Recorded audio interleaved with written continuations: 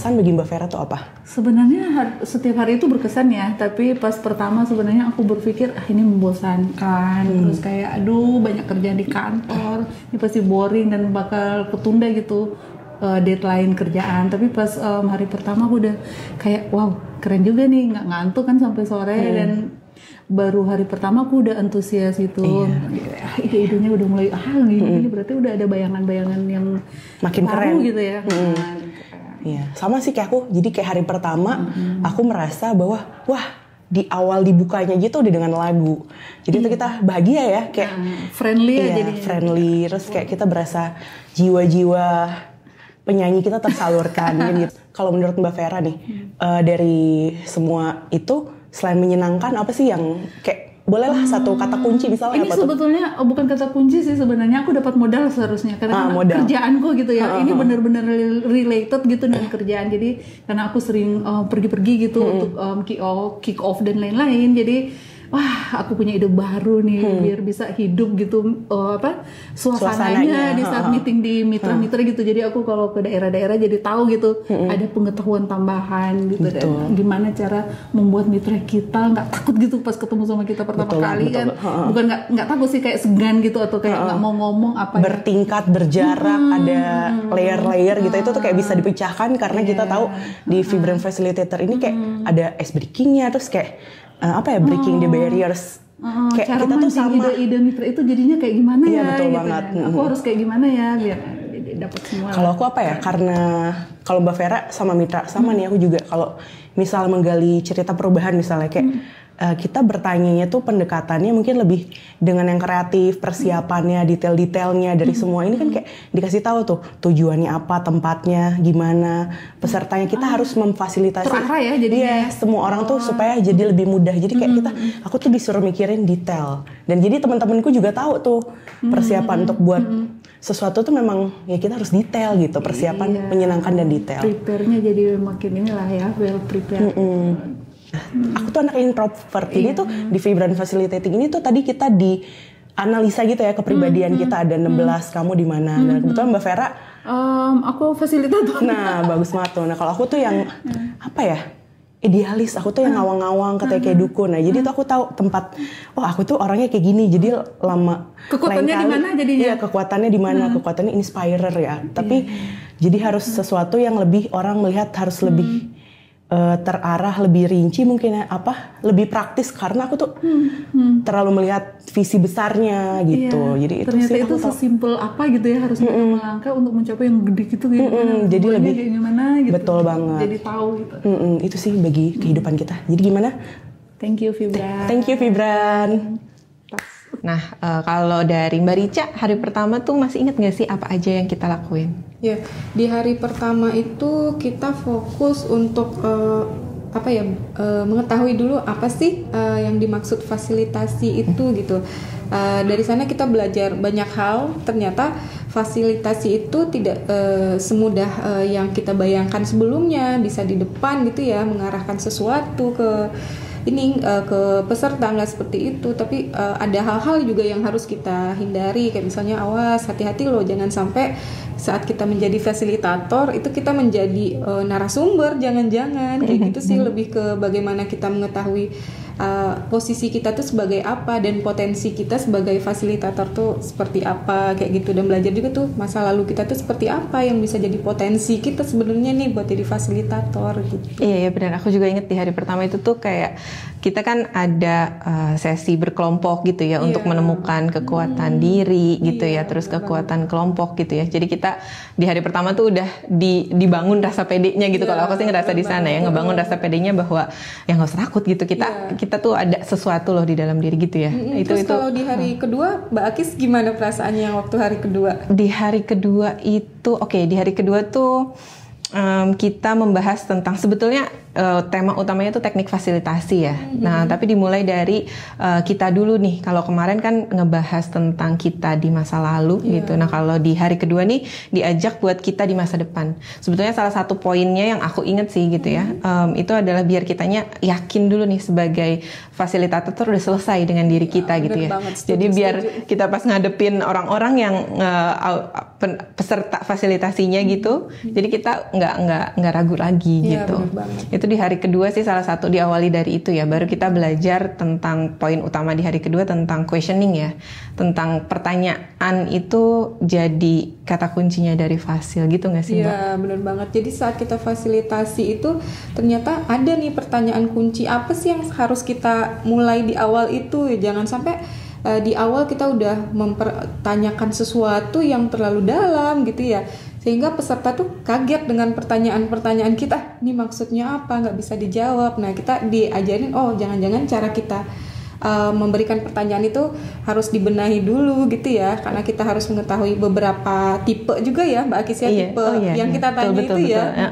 Ada tipe-tipe ini ya, antara tipe fasilnya sendiri dengan tipe peserta dari kegiatan itu ya gitu misalnya, karena kan bisa jadi fasilnya tipenya pertanyaan yang dalam banget gitu ya, ternyata ketemu sama yang peserta yang mikirnya realistis nih gitu, yang sekarang-sekarang aja gitu, nggak suka diajak terlalu dalam gitu ya. Iya benar. Kayak gitu ya kemarin kita belajarnya Mbak Akis ya. Benar. Di hari ketiga itu deg-degan karena hari keempat sih sebenarnya ya. Karena di hari keempat kan ada praktek, dan memang di hari ketiga ini materinya cukup berat gitu, dalam artian kita kayak banyak banget dapat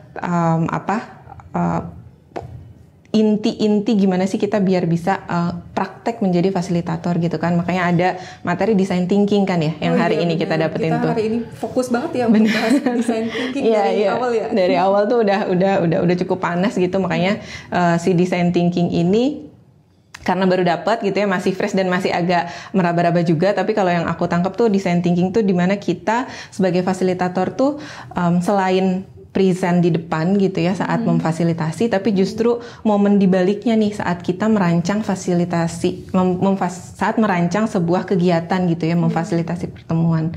Kayak ada banyak elemen-elemen yang harus diperhatikan, dari mulai tujuannya apa, tujuan kegiatan itu gitu ya, terus ada alat bantunya, ada ruangannya. Terus ada apa lagi sih Mbak Rica?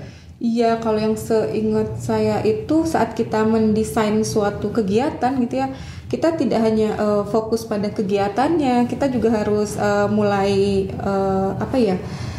memikirkan gitu ya, bukan ada produknya dulu baru itu yang kita laksanakan, gak kayak gitu ya. Jadi kita benar-benar harus memperhatikan elemen-elemen yang tadi Mbak Aki sebutkan itu ya, gitu. Jadi bedanya tadi kalau disampaikan itu beda desain dengan karya seni itu seperti itu ya. Gitu. Iya. Dan ini sih salah satu hal yang buatku cukup dalam tuh adalah ya dimulainya dari empati dulu gitu, dari memahami kebutuhannya gitu ya, memahami apa sih keinginan atau hal yang mau dicapainya gitu. Dari situ dulu kan akhirnya kita bisa mendesain yang bisa menyelesaikan atau mengakomodasi hal tersebut gitu ya. Itu kan itu juga kita harus punya tujuan ya. Tujuan kita apa nih dari kegiatan ini yang sedang kita desain gitu ya. Tujuannya apa, terus siapa target orangnya gitu ya. Jadi nggak bisa kita terlalu mengumumkan semuanya ya Mbak ya. Harus ada tujuannya juga yang jelas gitu ya. Itu sih. Dan di akhirnya kalau yang aku inget tuh di akhirnya ya ada kita harus bikin prototype gitu ya. Kayak apa sih sebetulnya rancangan atau grand design akhirnya dari kegiatan yang mau kita rencanakan itu gitu ya. Dan yang paling juga penting gitu ya untuk juga disampaikan gitu ya, atau didiskusikan gitu, beberapa hal pembelajaran yang menarik gitu ya dari pelatihan ini. Yang pertama bahwa bersenang-senang adalah kunci dalam fasilitasi gitu ya. Jadi seberat apapun fasilitasinya, sepenting apapun isunya, bersenang-senang tuh kayak mantra ajaib gitu ya, yang harus dimiliki oleh fasilitator gitu ya, dalam proses fasilitasi. Jadi kalau mantranya itu hilang, fasilitasinya pun jadi tidak menyenangkan gitu, tidak enak gitu ya. Bahkan di tahap tertentu fasilitasinya tidak akan mencapai tujuan yang akan diinginkan gitu ya. Kemudian pembelajaran yang lain juga sebenarnya karena tadi kesannya adalah meletakkan empati pada satu ruang yang tepat dalam fasilitasi. Jadi pembelajaran yang menarik adalah sebenarnya bagaimana cara kita memahami orang yang juga punya latar belakang yang berbeda dengan kita gitu ya, beragam.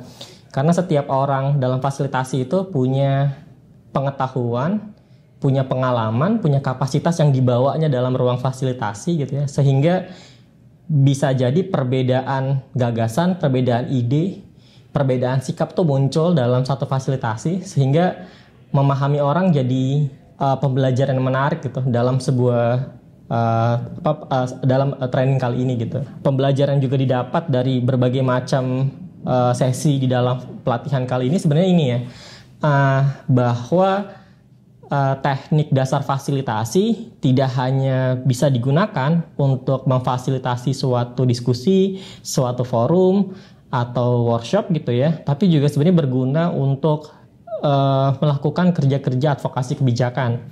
Contohnya misalnya melakukan lobby dan audiensi gitu ya. Dalam tahap tertentu gitu ya, ketika seorang fasilitator punya kelihayan dan kelincahan dalam membuat pertanyaan atau punya gudang pertanyaan yang banyak gitu ya, itu juga sebenarnya yang juga harus dimiliki oleh seorang pelobi gitu ya, atau seorang yang akan melakukan kerja-kerja audiensi gitu ya. Karena ketika dia sudah melakukan kerja lobby dan audiensi kemudian ditanggapi oleh pembuat kebijakan, kita bisa dengan satu pertanyaan tertentu itu bisa menggugah tujuan dari lobby dan audiensinya gitu. Karena kita ingin mendapatkan jawaban dari si pembuat kebijakan gitu ya. Atau dalam tahap tertentu sebenarnya teknik-teknik fasilitasi misalnya seperti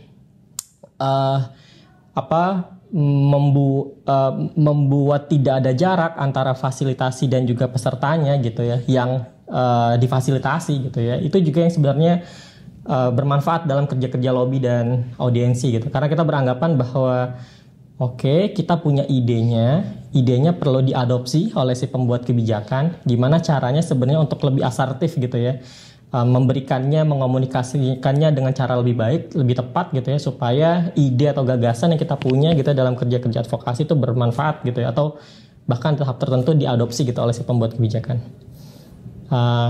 Begitu kesan dan juga pembelajaran yang bisa saya ambil gitu ya, yang saya dapatkan dalam proses Vibrant Facilitation Training gitu ya. Semoga juga itu dirasakan oleh teman-teman semua dan kawan-kawan semua. Jadi saya ingin mengajak kawan-kawan semua untuk